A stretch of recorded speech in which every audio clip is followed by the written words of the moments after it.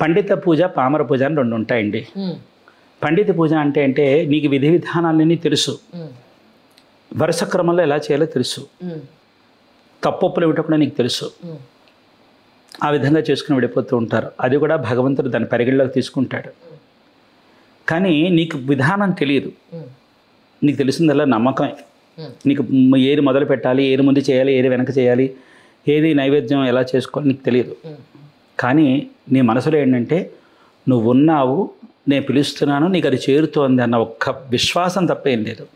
ఇది పామర పూజా విధానం. నువ్వు చేసేది తప్పు అని చెప్పడానికి కూడా మనకి సరిపోం. ఎందుకంటే అందిపుచ్చుకునేవాడు వాడు సర్వేశ్వరుడు. కాబట్టి నేను ఎప్పుడు ఎవరికైనా చెప్పినా నేను పామర పూజా విధానాన్ని చెప్తాను, పండిత పూజా విధానాన్ని చెప్పను. ఎందుకంటే నేను ఎక్కువ నా విధానం అది. కాబట్టి రెండు భగవద్యోగ్యమే. ఒకటి ఏది తక్కువేం కాదు. నువ్వు కారులో వెళ్ళు, సైకిల్ మీద వెళ్ళు, నీ గమ్యం నువ్వు చేరుకుంటావు అంతే. అలాగే ఇక్కడ కూడా అంతే. కాబట్టి పామర పూజా విధానంలో వెసులుపాట్లు ఉన్నాయండి. కాబట్టి చక్కగా ఈ మడి కట్టుకోవాలి, అక్కడ కూర్చోవాలి అంటే ఒక విషయం చెప్పండి. ఇప్పుడు ఒక్క గదిలో ఇల్లు కాపురం చేసుకునే వాళ్ళు లేరంటారా? వాళ్ళకి మడి ఎక్కడ సాగుతుంది చెప్పండి నాకు.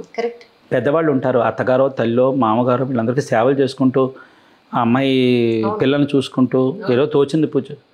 వాళ్ళకి ఎలాగండి? వాళ్ళ మలమూత్రాలు కూడా క్లీన్ చేస్తూ తప్పదండి, తప్పదు. అందుకే నేనేం చెప్తానంటే నువ్వు మనసులో చదువుకో, నువ్వు తప్ప నాకు వేరే గతి లేదు, నాకు నువ్వే ఆధారం మురుగా అని అంటే ఆయన కరుణించకపోతాడు. మాట మంత్రం కాకుండా పోతుంది. మాటే మంత్రం కదండి మరి. కాబట్టి మాటను మంత్రంగా చేసుకుని మనసుని ఒక ఆసనం కింద వేసుకుని నువ్వు నీ చేసే సేవే పూజ కింద భావించుకుని నీ కర్తవ్యాలు నువ్వు చేసుకుంటూ వెళ్ళిపో. అందులో పూజ లాగించేయి. అద్భుతం. అంతే, అద్భుతం. అంతే, అలా వెళ్ళిపోవాలండి. మునుపంటే ఉమ్మడి సంసారాలు ఉండేవి, 10 మంది ఉండేవారు. ఇప్పుడు ఎక్కడ అందరూ అన్ని ఇప్పుడు అలా లేదు కదండి. మరి ఒక్కొక్కళ్ళు ఒక పని పుచ్చుకునేవారు.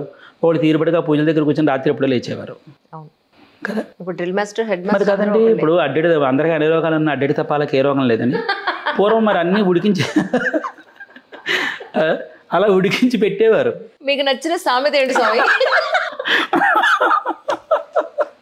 బాబు ఇప్పుడు సడన్గా ఏం చెప్పను. ఎక్కువ మా ఆవిడ అన్నట్టుంటుంది, అన్నీ అమర్చింది దాంట్లో అత్తగారు వేలెట్టిందని. నేను అన్నీ చేసేస్తుంది, తను చేస్తుంది. ఉండి ఇదొకటి నేను వేస్తానని చెప్పి వేస్తానమాట. ఇది వేయడానికి వచ్చారా మీరు? ఇప్పుడు ఇదొకటి ఎవరు చేశారని చెప్తారా? మీరు చేశారని చెప్పడం కోసం అందులో చేయబెట్టారా? అన్నీ అమర్చిందంటే అత్తయ్య పాప నా వంటలు చూసిన మా వాళ్ళందరూ ఇదేమిట్రా ఇది నువ్వే చేసావా అని అడుగుతూ ఉంటారు. పాప మా ఆవిడ మా వాళ్ళు అనుకున్నానా చెప్పుకోవాలి. కాదు కాదు నేనేనని, కానీ చెప్పినా నమ్మరు కదా. అవును కదా, అది ఆవిడ పరిస్థితి. అది ఉండాలి కదండి, ఏడిపించాలి కదండి. అందుకని భగవంతుడి ఆరాధన విషయంలో వెసులుపాటు ఉండాలండి. వెసులుపాట్లు అయితే కుదరదండి. ఇప్పుడు కాళ్ళు ఓపిక లేని వాళ్ళు ఉంటారు. పిల్లల్ని పంపించాలి, భర్తని పంపించాలి, తన ఇంట్లో చూసుకోవాలి. మనసుతో చేసి నుంచం చేస్తావో, నడుచుకుంటూ వెళతావో, ఎరువు చేసి నీకు మడి సాగితే సాగిపోతుంది, లేకపోతే లేదు. ఇది ఉండాలండి. మనసులో నిష్కల్మషత ఉంటే చాలు. నేను దాన్నే ఎక్కువ ప్రాధాన్యత ఇస్తాను. సాగుబడి అయిందనుకో చక్కగా మడి ఆచారంతో వరుస క్రమంతో చేసుకో, పర్వాలేదు. నామం చాలా ముఖ్యమండి, నమ్మకం చాలా ముఖ్యం. గంటల తరబడి పూజామందిరం దగ్గరే కూర్చోవాలని ఉందండి. 100% కరెక్ట్. ప్రేమపూర్వకంగా పెట్టచ్చు. 2 ఇడ్లీలు కొనుక్కుని ఇదిగా నాయన తినంటే అది మహానైవేద్యం కాదంటారు. అంతే కదా, నిజం. అయిపోయింది, అంతే విధానం. అది మరి రెండోది ఇప్పుడు చెప్పేస్తా. అది తిరుపుహళ్ళు అంటారు. మనకు అన్నమాచార్య స్వామి కీర్తనలు, శ్రీ మహావిష్ణువు వారికి అంటే వెంకటేశ్వర స్వామికి ఏ విధంగా కైంకర్యమో, రామదాస్ వారు, త్యాగరాజస్వామి వారు వీళ్ళందరూ వాగ్గేయకారులు ఎలా ఉన్నారో, సుబ్రహ్మణ్య స్వామి యొక్క ఆరాధనలో తిరుపుహళ్ అని పిలుస్తారు. తిరు అంటే మురుగరు, పుహళ్ అంటే కీర్తించడం.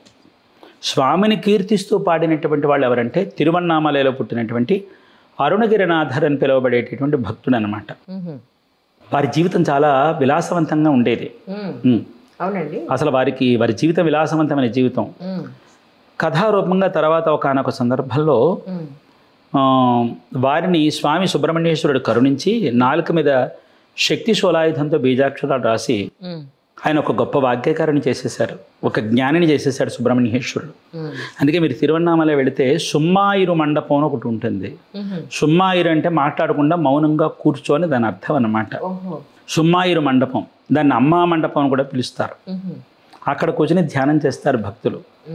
అక్కడ సుబ్రహ్మణ్య స్వామి అరుణగిరినాథర్కి 4 వేదాక్షరాలు రాసి ఏది ఇప్పుడు పాడు అన్నారు. నేనేం పాడను, అసలు నిన్ను తలిచింది లేదు, నిన్ను కొలిచింది లేదు, అది భక్తివంతమైన జీవితం కాదు, నేను శరీరం అంతా కూడా విలాసవంతంగా భోగాలతో బతికిన జీవితం అంటే ఒకటే అన్నారు, ఇది నీకు పునర్జన్మ. ఇప్పుడే పుట్టినటువంటి బిడ్డ కాస్త మాటలు వస్తున్నప్పుడు ముద్దుగా మాట్లాడుతుంటే ఆ తల్లిదండ్రులకు ఎంత ఆనందంగా ఉంటుందో, ఇప్పుడిప్పుడే మాటలు వస్తున్నట్టుగా పాడు, ఏమని పాడమంటే ముత్తాహ పాడు అన్నారనమాట. అంటే ముద్దుగా పాడు అన్నారు. ఆయన చేత వచ్చినటువంటి మొట్టమొదటి పాట ఈ తిరుపుగళ్ళు అనమాట.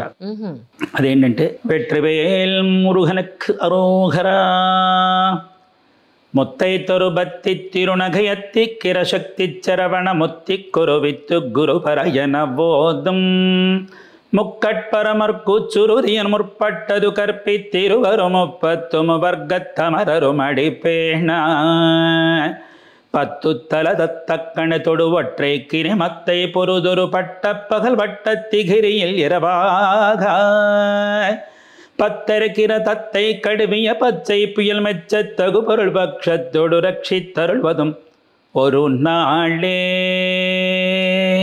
సంగీతం నేర్చుకున్నారా మీరు? మరి గమకాలలా మురుగారు బా అద్భుతం అండి నిజంగా. సంగీతంలో కూడా వెళ్ళానే కానీ అక్కడ పూర్తిగా నిలబడలేకపోయాను. అంటే కారణాలన్నీ ఎలా ఉంటాయంటే ఈ ప్రోత్సాహం ఉండాలండి. ఇప్పుడు అవన్నీ పోగా మళ్ళీ ఇప్పుడు ఆ పాటను మళ్ళీ చక్కగా మీరు ప్రొఫెషనల్గా పాడారు.